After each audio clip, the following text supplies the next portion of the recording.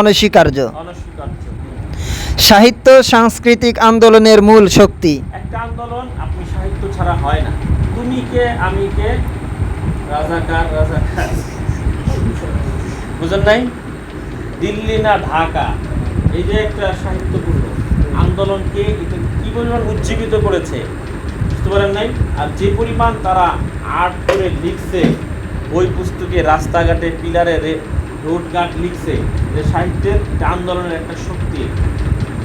ভাষা স্পষ্ট, বক্তব্য স্পষ্ট। এক মহিলা বলছে যে আপনারা বের হয়ে আসছেন কেন, বা আর পিছনে তাকানোর সময় নেই কেন, পিছনে পুলিশ, সামনে স্বাধীনতা। কি বলে? পিছনে কি পুলিশ আর সামনে স্বাধীনতা। এই যে বাক শক্তি, এইটার এই শব্দ এবং এই চেতনার এটা প্রতিরোধ করার কোনো শক্তি কারণে এটার তাদের যে একটা স্পিরিট এখানে শুরু হয়েছে, কথার যে স্পিরিট। আপনার আগে দুর্বল থাকলেও এখন আপনি শক্তিশালী, আপনিও সামনে যাবেন, কারণ সামনে কি স্বাধীনতা, পিছনে পুলিশ। কোন দিক যাবো? সামনের দিকে যাবে। এই জন্য আন্দোলনের মূল শক্তিটাই হচ্ছে কি ভাষার সাহিত্য।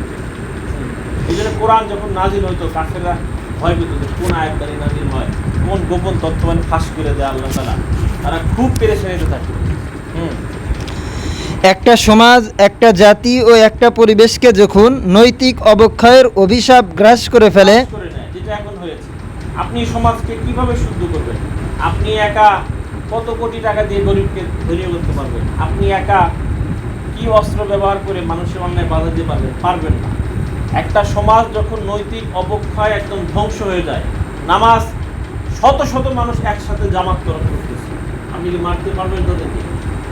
জামাতবদ্ধভাবে অন্যায় করতেছে, গ্রুপিং করে করে অন্যায় করতেছে, চুরি, ডাকাতি, হত্যা, লুণ্ঠন, অরাজকতা, এমন কোনো কাজ নাই যারা করতেছে না।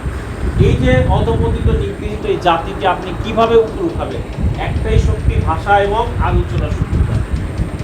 এই জন্য কোনো জাতি যদি একদম অপরাধের একদম সর্বনিম্ন স্তরে যায়, এই জাতিকে উঠানোর জন্য আপনার ভাষা ছাড়া আপনি পারবেন না। একটা জাতি ও সমাজ সভ্যদের মধ্যে যখন হতাশা ও জাতীয় মূল্যবোধহীনতা সংক্রমিত হয়ে পড়ে, তখন একটা ন্যায়নিষ্ঠ, গতিশীল ও যুগোপযোগী সাহিত্য সমাজের সেই প্রতিকূল স্রোতধারাকে রুদ্ধ করে দিতে পারে, জাতির মধ্যে সৃষ্টি করতে পারে জীবন জাগরণের কল্লোল, গড়ে তুলতে পারে একটি সুস্থ সাংস্কৃতিক আন্দোলনের মূল কেন্দ্রভূমি।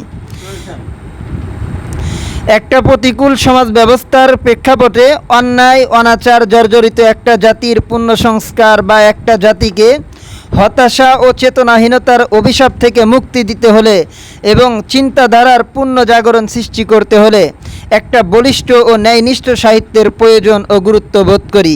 ব্যাখ্যার অপেক্ষা রাখে না। ঠিক আছে, আগামী অনুষ্ঠানে আবার এরপর